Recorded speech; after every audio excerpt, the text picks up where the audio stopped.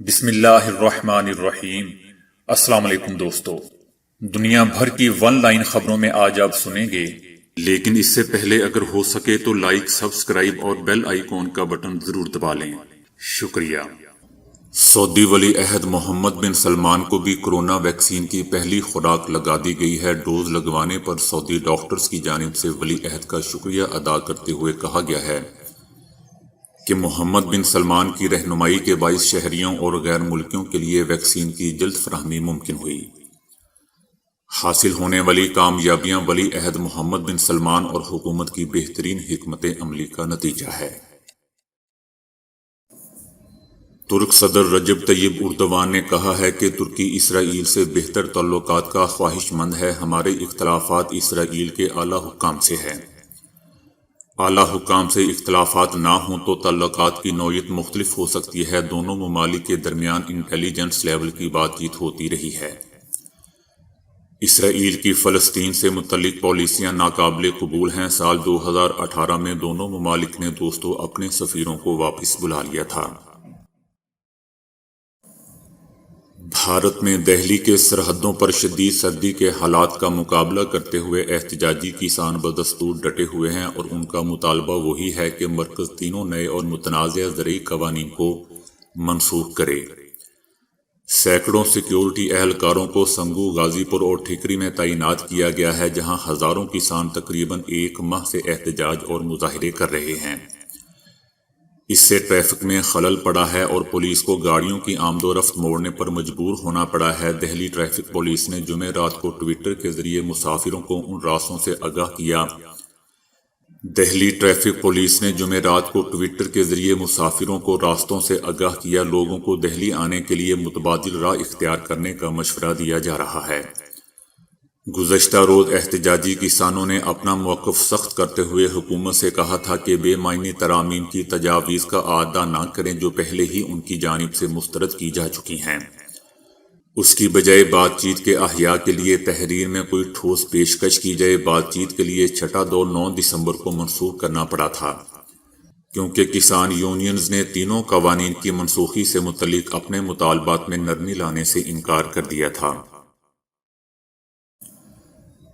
بھارت میں ایک 80 سالہ بزرگ کے پیٹ میں 2000 سے زائد پتھریاں الٹرا ساؤنڈ میں دیکھی گئیں، جنہیں آپریشن کے ذریعے نکالا گیا۔ پتھریاں گننے میں ہاسپٹل کی ٹیم کو 1.5 گھنٹے کا وقت لگا۔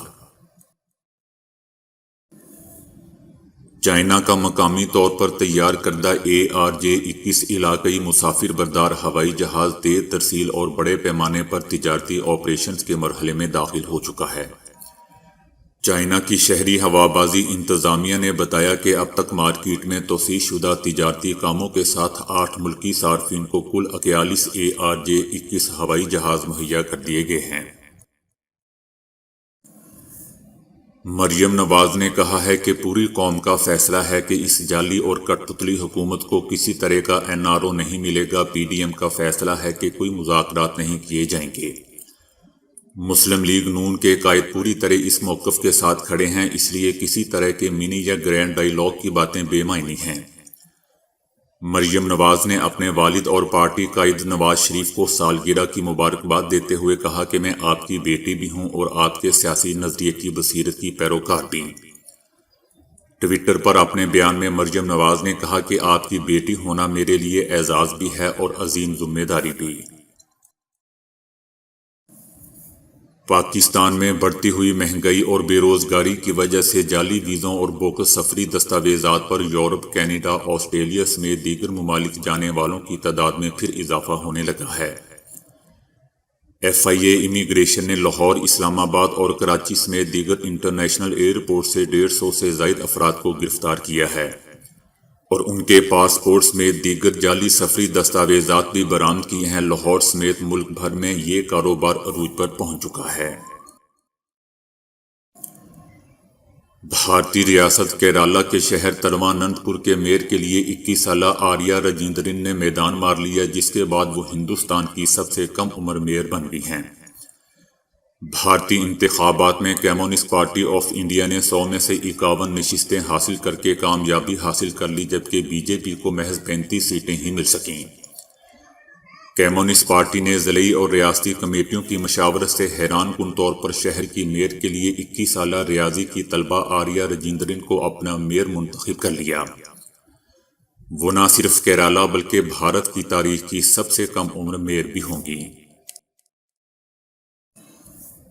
مائیکل جیکسن نے اپنی رہائش گاہ 1988 میں $1.95 کروڑ میں خریدی تھی۔ امریکی ریاست کیلیفورنیا میں عالمی شہرت یافتہ گلوکار مائیکل جیکسن کے انتقال کے ایک دہائی بعد ان کی رہائش گاہ صرف $2.20 کروڑ میں فروخت کر دی گئی۔ امریکی میگزین وال سٹریٹ جرنل نے دعویٰ کیا ہے کہ مائیکل جیکسن کا 2700 ایکڑ پر محیط عالی شان گھر ان کے دوست اور ارب پتی سرمایہ کار رون برکلے نے خرید لیا ہے۔ محض 5 سال قبل 2015 میں مائیکل جیکسن کے اس خوبصورت گھر کی قیمت $10 کروڑ رکھی گئی تھی، تاہم گھر فروخت نہیں ہو سکا تھا، جس کے بعد وہ 2017 میں کم ہو کر اس کی قیمت $6.70 کروڑ ہو گئی تھی۔ نامعلوم وجوہات کی بنا پر شہرہ آفاق گلوکار کی رہائش گاہ اس قیمت پر بھی فروخت نہیں ہو سکی اور اس بار اسے صرف $2.20 کروڑ میں فروخت کرنا پڑا۔ دوستو، یاد رہے کہ مائیکل جیکسن نے 2008 میں مالی بحران کے باعث اسے قرض کے لیے گروی رکھ دیا تھا، تاہم اگلے ہی برس وہ 50 سال کی عمر میں نیند آور ادویات کی زیادہ مقدار لینے کے باعث انتقال کر گئے تھے۔ آپ نے حال ہی میں ناسا کے جدید ترین مریخی مشن کے بارے میں سنا ہوگا جو اس سال جولائی میں مریخ کی جانب بھیجا گیا تھا۔ اس مریخی گاڑی کی خاص بات یہ ہے کہ وہ اس کی سطح سے مٹی اور پتھر لے کر زمین پر واپس آئے گی، جہاں تجربہ گاہوں میں ماہرین اس کا بغور مطالعہ کریں گے۔ اس گاڑی کا اینیمیشن ٹریلر کرسمس کے موقع پر جاری کیا گیا ہے۔ اس 1 منٹ کے ٹریلر میں خلائی گاڑی کو مریخ پر اترتے ہوئے دکھایا گیا ہے۔ یہ مریخی موسم کے قدرے پرانے آثار کی کھوج کرے گا اور آخر کار انسانی مہم جوئی کی راہ ہموار کرے گا۔ اس کا اہم ہدف مریخ پر انسانی بقا اور زندہ رہنے کے امکانات پر غور کرنا ہے۔ برطانوی ماہرین نے ایک ایسا طریقہ ایجاد کر لیا ہے جس کے ذریعے فضا میں موجود کاربن ڈائی آکسائیڈ کو جیٹ طیاروں کے ایندھن میں تبدیل کیا جا سکتا ہے۔ مختصر پیمانے پر اس ٹیکنالوجی کی کامیاب آزمائشیں بھی مکمل کی جا چکی ہیں۔ اس تحقیق کی تفصیلات ریسرچ جرنل نیچر کمیونیکیشنز کے تازہ شمارے میں شائع ہوئی ہیں۔ اس عمل انگیز نے کاربن ڈائی آکسائیڈ کو نہ صرف جیٹ ایندھن میں تبدیل کیا بلکہ ساتھ ہی ساتھ کچھ ایسے مرکبات بھی بنائے جو پیٹرو کیمیکلز انڈسٹری میں اہم خام مواد کا درجہ رکھتے ہیں۔ امید کی جا سکتی ہے کہ کاربن ڈائی آکسائیڈ کی فضائی آلودگی کو نہ صرف آسانی سے صاف کیا جا سکے گا بلکہ قابل فروخت تجارت میں بھی تبدیل کیا جا سکے گا۔ جامعہ برٹش کولمبیا کے تحت بین الاقوامی ماہرین کی ایک ٹیم نے پہلی مرتبہ ایک غدود کی اہمیت بیان کی ہے جسے ہم آگاہ تو تھے لیکن اسے نظر انداز کر دیا گیا تھا۔ تھائمس نامی چھوٹا سا غدود شوگر کا شکار ہونے سے بھی بچاتا ہے۔ دنیا بھر میں خواتین کی 15% تعداد بچے کی پیدائش کے دوران ہی شوگر کی مریض بن جاتی ہے۔ دوستو، عمر تو وہ جو ہماری لکھی جا چکی ہے۔ ایز اے مسلم ہمارا عقیدہ ہے کہ اس میں کوئی رد و بدل اللہ کی مرضی کے بغیر نہیں ہو سکتا، لیکن جاپانی سائنسدانوں کا کہنا ہے کہ بلڈ پریشر کی ایک عام دوا میٹولزون خلیوں کی مرمت شروع کر کے عمر بڑھانے میں مددگار ثابت ہوتی ہے، جس کے نتیجے میں عمومی صحت برقرار رہتی ہے۔ البتہ عمر بڑھنے کے ساتھ ساتھ UTRMT کا عمل کم ہوتا چلا جاتا ہے، نتیجتاً صحت کی عمومی خرابی اور بڑھاپے کی علامات نمایاں ہونے لگتی ہیں۔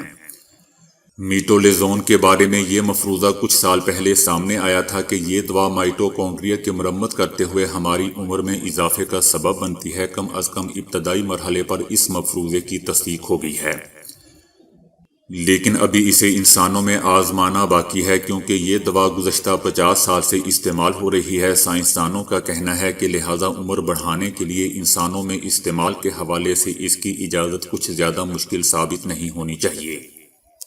سائنسدانوں کا مزید کہنا ہے کہ آئندہ چند برسوں کے دوران بلڈ پریشر کی یہی دوا عمر رسیدگی سے بچنے اور لمبی عمر پانے کے لیے بھی استعمال کی جا رہی ہوگی۔ بھارتی وزیر اعظم نریندر مودی نے کہا ہے کہ کسان سیاسی مفادات والوں کے بیانات سے گمراہ نہ ہوں۔ وزیر اعظم نریندر مودی نے زرعی قوانین کے خلاف احتجاج کرنے والے کسان مظاہرین سے ایک مرتبہ پھر مذاکرات کی اپیل کی ہے۔